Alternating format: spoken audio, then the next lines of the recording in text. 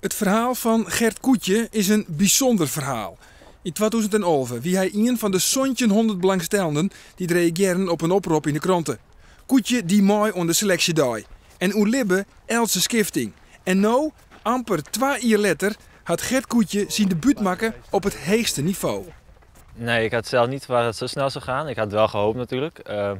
Ja, tijdens de Europa Cup wedstrijden presteerde ik op zich wel goed. Elke keer wel bij de eerste 30 en tijdens de Intercontinental Cup nog beter. En dat is eigenlijk een competitie hoger, dus dat had ik helemaal niet verwacht. Daar zat ik ook elke keer bij de eerste 30.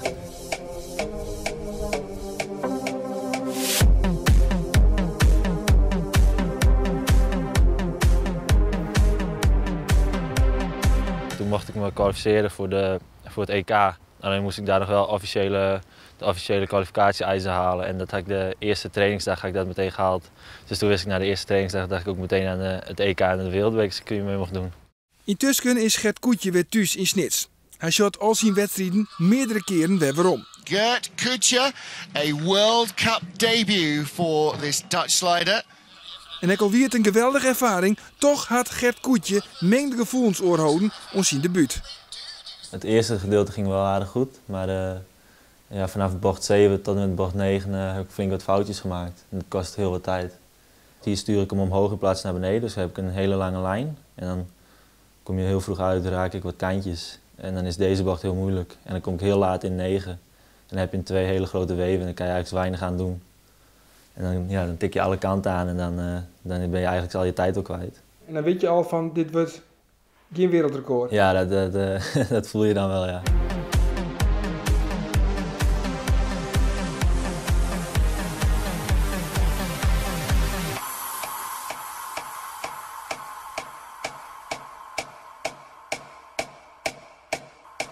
Skeleton is net een ongevaarlijke sport. Het gaat hut. Het gaat heel hut.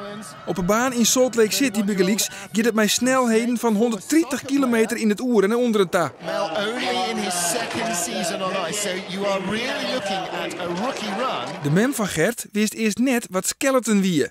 En dat is maar goed ek, want oors hier Gert misschien wel een andere sport kiezen matten. De eerste keer dat wij in Innsbruck waren, toen wie er een Australische coach en die zei van, have you taken some Valium? Zeiden we, is dat spannend? Nou ja, hij zei, als je het voor de eerste keer ziet, dan is het wel heel spannend. Nou, dat weet ik zo, want het weer, ja, dat zit in een bocht en het is zoef in één keer en, dat we get. En dan just op het boord en dan is voor mij het enige, het eerste is van, is hij beneden en is alles goed? En dan van, hoe snel weer het? Ja.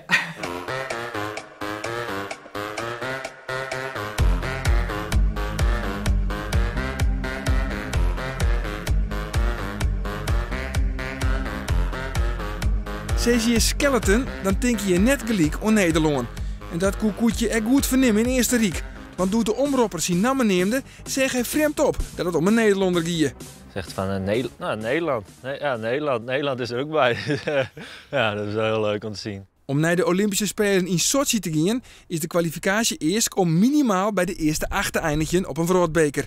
En dat is net realistisch. Wat wel helder is, dat binnen de Spelen in 2018. Pyeongchang, ja, Korea, 2018, dat is zeker haalbaar. Dat is ook de doelstelling van de bondscoach en van mij. En daar gaan we ook gewoon voor de prijzen dan.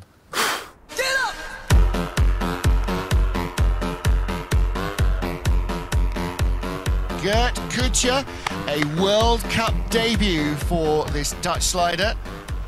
Charming young guy from the Netherlands. 31-year-old athlete from Snake, former soccer player. Nou Gert, en hoe bevalt de heegste bulten van Snits? Ja, deze is me veel te moeilijk. Het gaat veel snel. Deze doe ik nooit weer.